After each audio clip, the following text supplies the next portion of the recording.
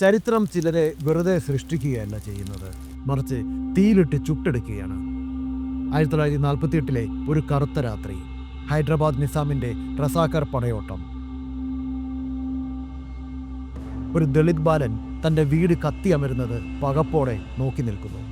ആ തീയിൽ അവന്റെ അമ്മയും സഹോദരിയും വെന്തു മരിച്ചു. ആ 7 വയസ്സുകാരൻ പേടിച്ചോടിയില്ല. പകരം ആ അഗ്നിയിൽ നിന്ന് അവനൊരു പുതിയ മനുഷ്യനായി ഉയർത്തെഴുന്നേറ്റു. അതായിരുന്നു തുടക്കം. 7 പതിറ്റാണ്ടുകൾക്ക് ശേഷം ഇന്ത്യയിലെ ഏറ്റവും വലിയ രാഷ്ട്രീയ പാർട്ടിയുടെ അധ്യക്ഷനായി, രാജ്യത്തെ ഭരണകൂടത്തെ വിറപ്പിക്കുന്ന ശബ്ദമായി ആ ബാലൻ മാറി. അദ്ദേഹം മല്ലികാർജുൻ ഖാർഗെ.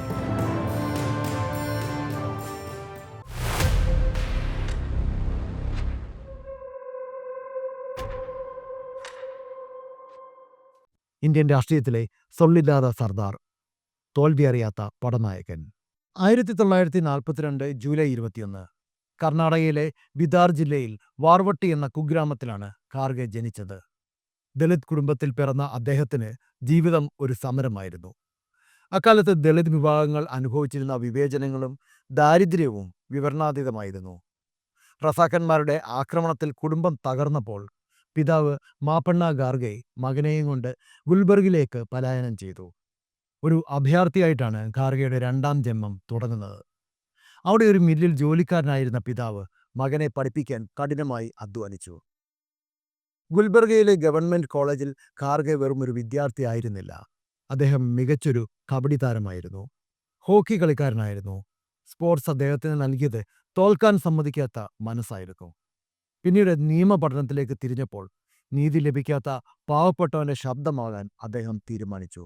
അഭിഭാഷകനായ ഖാർഗെ കോടതികളിൽ വാദിച്ചത് കോടീശ്വരന്മാർക്ക് വേണ്ടി ആയിരുന്നില്ല, മറിച്ച് ഗുൽബർഗയിലെ MSK മില്ലിലെ സാധാരണ തൊഴിലാളികൾക്ക് വേണ്ടിയായിരുന്നു. അവരുടെ അവകാശങ്ങൾക്കായി പോരാടി അദ്ദേഹം ഒരു ജനകീയ നേതാവായി വളർന്നു. 1969 ഇന്ത്യൻ നാഷണൽ കോൺഗ്രസിൽ അംഗമായതോടെ ഖാർഗെയുടെ രാഷ്ട്രീയ ജീവിതത്തിന് വേഗത കൂടി. വെറും 3 വർഷത്തിനുള്ളിൽ 1972 അദ്ദേഹം ആദ്യമായി ഗുർമിത്കൽ മണ്ഡലത്തിൽ നിന്ന് നിയമസഭയിലേക്ക് മത്സരിച്ചു. അവിടെ തുടങ്ങിയതാണ് ആ അപരാജിത പ്രയാണം. തുടർച്ചയായി 9 തവണ ഒരേ മണ്ഡലത്തിൽ നിന്ന് നിയമസഭാ അംഗമായി തിരഞ്ഞെടുക്കപ്പെടുക എന്നത് ഇന്ത്യൻ രാഷ്ട്രീയത്തിൽ തന്നെ ഒരു അത്ഭുതമാണ്. ജനങ്ങൾക്ക് അദ്ദേഹത്തിലുള്ള വിശ്വാസം അത്രമേൽ വലുതായിരുന്നു. കർണാടക രാഷ്ട്രീയത്തിന്റെ ചരിത്ര പുസ്തകം എടുത്ത് പരിശോധിച്ചാൽ മല്ലികാർജുൻ ഖാർഗെ എന്ന പേര് വെറും ഒരു MLA ലിസ്റ്റിൽ ഒതുങ്ങുന്നതല്ല. അത് ഭരണനിർവഹണത്തിന്റെ മൂർച്ചയുള്ള ഏടുകളാണ്. അധികാരത്തിന്റെ ഓരോ കസേരയിലും അദ്ദേഹം ഇരിക്കുമ്പോൾ അദ്ദേഹം ലക്ഷ്യം വെച്ചത് മാറ്റങ്ങളായിരുന്നു. കേവലം പ്രസംഗങ്ങളല്ല, പ്രവർത്തികൾ. ആദ്യം അദ്ദേഹം വിദ്യാഭ്യാസ മന്ത്രിയായി. അന്ന് വിദ്യാലയങ്ങളുടെ പടിക്കു പുറത്തു നിന്ന അക്ഷരം നിഷേധിക്കപ്പെട്ട ഒരു വലിയ ജനതയുണ്ടായിരുന്നു. ആയിരക്കണക്കിന് അധ്യാപക നിയമനങ്ങളിലൂടെ ഖാർഗെ ആ വാതിലുകൾ തുറന്നിട്ടു. പിന്നോക്ക വിഭാഗങ്ങളിൽ നിന്ന് ലക്ഷക്കണക്കിന് കുട്ടികൾക്ക് അദ്ദേഹം പുതിയ ഭാവിയുടെ വെളിച്ചം പകർന്നു നൽകി. എന്നാൽ ഖാർഗെയുടെ രാഷ്ട്രീയ ജീവിതത്തിലെ ഏറ്റവും വലിയ പരീക്ഷണം വരാനിരിക്കുന്നതേ ഉണ്ടായിരുന്നുള്ളൂ. അദ്ദേഹം ആഭ്യന്തരമന്ത്രിയായിരിക്കുമ്പോഴാണ് കാടിന്റെ അധിപനായിരുന്ന ചന്ദനക്കള്ളൻ വീരപ്പൻ കന്നഡക്കാരുടെ പ്രിയങ്കരനായ നടൻ രാജ്കുമാറിനെ തട്ടിക്കൊണ്ടുപോകുന്നത്. കർണാടക കത്തുകയായിരുന്നു. വികാരങ്ങൾ അണപൊട്ടിയൊഴുകിയ ആ നാളുകളിൽ ഒരു ചെറിയ പിഴവ് പോലും വലിയ കലാപങ്ങൾക്ക് വഴിമരുന്നിടുമായിരുന്നു. അവിടെയാണ് ഖാർഗെ എന്ന ഭരണാധികാരിയെ ലോകം കണ്ടത്. ഉറക്കമില്ലാത്ത രാത്രികളിൽ അത്യന്തം സംയമനത്തോടെയും ചാണക്യ ബുദ്ധിയോടെയും അദ്ദേഹം ക്രമസമാധാനം കാത്തുസൂക്ഷിച്ചു. ഒരു തുള്ളി ചോര ചിന്താതെ ആ പ്രതിസന്ധിയെ അദ്ദേഹം അതിജീവിച്ചു. പിന്നീട് റവന്യൂ മന്ത്രിയായപ്പോൾ അധികാരത്തിന്റെ ഫയലുകൾക്കിടയിൽ അദ്ദേഹം തിരഞ്ഞത് സ്വന്തമായി ഒരു തുണ്ട് ഭൂമിയില്ലാത്ത പാവപ്പെട്ടവന്റെ മുഖമായിരുന്നു. ഭൂപരിഷ്കരണ നിയമങ്ങൾ കടലാസിൽ നിന്നും മണ്ണിലേക്ക് അദ്ദേഹം ഇറക്കിവിട്ടു. വിട്ടുവീഴ്ചയില്ലാത്ത നിലപാടുകളിലൂടെ 10,000-കണക്കിന് ഭൂരഹിതർക്ക് അദ്ദേഹം പട്ടയം നൽകി. ഭൂമി അധ്വാനിക്കുന്നവന് എന്നത് വെറുമൊരു മുദ്രാവാക്യമല്ല, അദ്ദേഹത്തിന് അതൊരു ദൗത്യമായിരുന്നു. വിദ്യാഭ്യാസം, സുരക്ഷ, മണ്ണ്, ഒരു ജനതയ്ക്ക് വേണ്ട ഏറ്റവും വലിയ ഈ 3 കാര്യങ്ങളിലും തന്റെ മുദ്ര പതിപ്പിച്ച ശേഷമാണ് ഖാർഗെ ദേശീയ രാഷ്ട്രീയത്തിന്റെ വലിയ ക്യാൻവാസിലേക്ക് കടന്നു കയറിയത്. 3 തവണ അദ്ദേഹം കർണാടക മുഖ്യമന്ത്രി സ്ഥാനത്തിന് തൊട്ടടുത്തെത്തി. ഓരോ തവണയും പാർട്ടി താൽപ്പര്യങ്ങൾക്കായി അദ്ദേഹം വഴിമാറിക്കൊടുത്തു.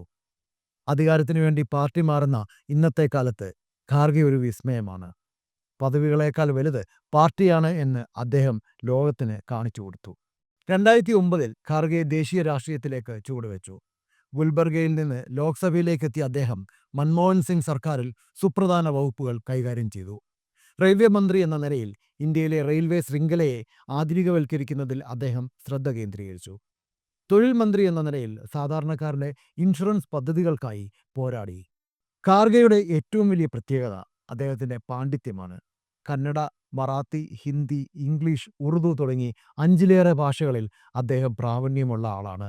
താനൊരു ദളിതനാണെന്ന് ഊറ്റം കൊള്ളുമ്പോഴോ എല്ലാ വിഭാഗം ജനങ്ങളെയും ഒരുമിച്ച് കൊണ്ടുപോകാനുള്ള അദ്ദേഹത്തിൻ്റെ കഴിവ് ശ്രദ്ധേയമായിരുന്നു. 2014 കോൺഗ്രസ് കേവലം 44 സീറ്റുകളിലേക്ക് ചുരുങ്ങിയപ്പോൾ ലോക്സഭയിൽ പാർട്ടിയെ നയിക്കാൻ സോണിയാഗാന്ധി തിരഞ്ഞെടുത്തത് ഖാർഗെയായിരുന്നു. നരേന്ദ്രമോദിയുടെ വമ്പൻ ഭൂരിപക്ഷത്തിന് മുന്നിൽ പതറാതെ ചരിത്രവും കവിതകളും ഉദ്ധരിച്ചുകൊണ്ട് ഖാർഗെ ആഞ്ഞടിച്ചു. ഞങ്ങൾ 44 പേർ മാത്രമാകാം, പക്ഷേ പാണ്ഡവർക്ക് മുന്നിൽ കൗരവർ തോറ്റതുപോലെ സത്യത്തിനു മുന്നിൽ നിങ്ങൾ പതറും എന്ന അദ്ദേഹത്തിൻ്റെ പ്രസംഗം ഇന്നും പാർലമെന്റ് രേഖകളിൽ തിളങ്ങി നിൽക്കുന്നു. സഭയിലെ ഓരോ ചർച്ചയിലും ഭരണപക്ഷത്തെ വിയർപ്പിക്കാൻ അദ്ദേഹത്തിന് കഴിഞ്ഞു. 2019 ഖാർഗെ തൻ്റെ ജീവിതത്തിലെ ആദ്യത്തെ തെരഞ്ഞെടുപ്പ് പരാജയം ഏറ്റുവാങ്ങി. പലരും വിചാരിച്ചു ഖാർഗെയുടെ കാലം കഴിഞ്ഞെന്ന്. എന്നാൽ വിധി കാത്തുവെച്ചത് മറ്റൊന്നായിരുന്നു. പാർട്ടി അദ്ദേഹത്തെ രാജ്യസഭയിലേക്ക് അയച്ചു. അവിടെ അദ്ദേഹം പ്രതിപക്ഷ നേതാവായി. പാർലമെന്റിലെ ഏറ്റവും പ്രഗത്ഭരായ നേതാക്കളിൽ ഒരാളായി അദ്ദേഹം വീണ്ടും ഉയർത്തെഴുന്നേറ്റു. 2022 ഒക്ടോബർ കോൺഗ്രസ് ചരിത്രത്തിലെ ഒരു നിർണായക നിമിഷം. 24 വർഷത്തിനു ശേഷം ഗാന്ധി കുടുംബത്തിന് പുറത്തുനിന്നൊരാൾ അധ്യക്ഷ സ്ഥാനത്തേക്ക് എത്തുന്നു. ശശി തരൂർ എന്ന ആഗോള പ്രതിഭയോട് മത്സരിച്ച് രാജ്യത്തെമ്പാടുമുള്ള പാർട്ടി പ്രവർത്തകരുടെ പിന്തുണയോടെ മല്ലികാർജ്ജുൻ ഖാർഗെ ഇന്ത്യൻ നാഷണൽ കോൺഗ്രസിന്റെ അധ്യക്ഷനായി.